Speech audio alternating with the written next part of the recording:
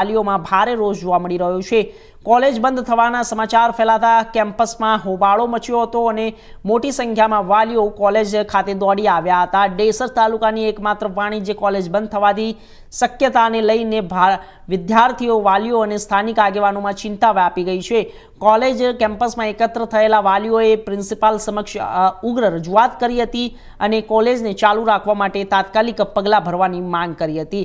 વિદ્યાર્થીઓએ જણાવ્યું હતું કે જો કોલેજ બંધ થઈ જશે તો ઉચ્ચ શિક્ષણ માટે તેમને મંજુસર સહિતના દૂરના વિસ્તારોમાં જવું પડશે અને ખાસ કરીને વિદ્યાર્થીઓએ પોતાની વ્યથા વ્યક્ત કરતા જણાવ્યું હતું કે ડેસર તાલુકામાં જ્યારે કોલેજ હશે તો અમને ભણવાનું મળશે અને 35 કિલોમીટર દૂર અભ્યાસ માટે જવાની પરિસ્થિતિમાં ઘણા વાલીઓ દીકરીઓને મોકલશે નહીં। તો વાલીઓએ ચેતવણી આપી છે કે જો કોલેજ બંધ કરવાનો નિર્ણય લેવામાં આવશે તો તેઓ ગાંધી ચિંધ્યાના માર્ગે આંદોલન કરશે।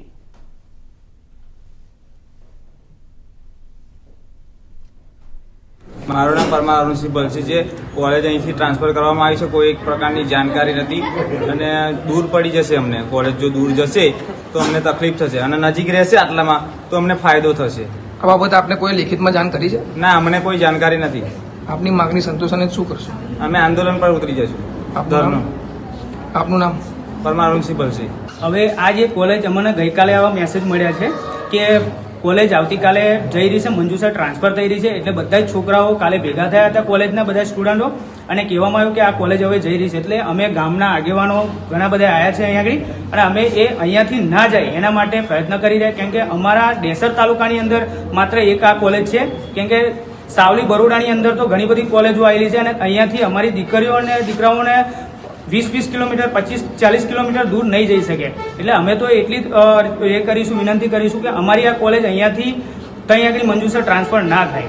આ બાબત આપણે કોઈ લેખિતમાં જાણ કરી છે ખરી?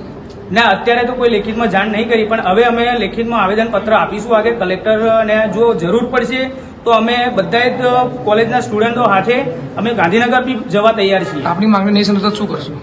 અમારી માંગણી નહીં એવું કરવામાં આવે તો અમે ધરણા પર બેસી જઈશું, બધા જ કોલેજના સ્ટુડન્ટો હાથે, દીકરીઓ અને દીકરાઓ હાથે। આપનું નામ? મારું નામ પરમાર ભરતસિંહ અજીતસિંહ છે। હું નવા સિવોરાનો રહેવાસી છું। મારું નામ પરમાર રાજદીપસિંહ પ્રદીપસિંહ છે। આથી અમને કોઈ પણ જાણ કર્યા વગર મંજુસર સ્થળાંતર કોલેજ થઈ છે, તે કારણોસર અમને દૂર પડી શકે છે, તેથી અમને કોઈ જાણ નથી મંજુસર। અને આજ રોજ કાલ સાંજે 3:49 મેસેજ પડ્યો કે કાલે કોલેજમાં રજા છે, તો કઈ કારણસર રજા આપી એ પણ અમને જણાવ્યું નથી।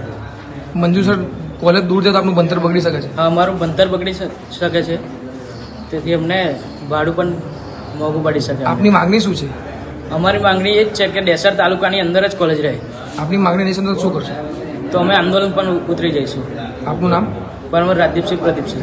મારું નામ કોહલી પ્રીતિબેન છે। હું BSM 5માં ભણું છું અને હું છાજરથી આવું છું। અહીં સિવોરા કોલેજની બદલે મંજુસર ટ્રાન્સફર કરવામાં આવી છે, તો અમારે તકલીફ પડે, છોકરીઓને કોઈ જવા ના દે, એટલા માટે ડેસર તાલુકામાં કોલેજ રહે તો સારા માટે સારું।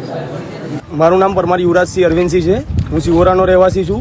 અત્યારે ડેસર તાલુકાની અંદર એક કોલેજ આવેલ છે, જે કોલેજ મંજુસર લઈ જવા માટે માંગણી કરેલી છે।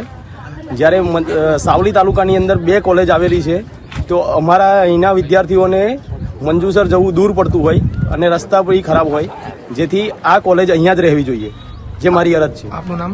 મારું નામ પરમાર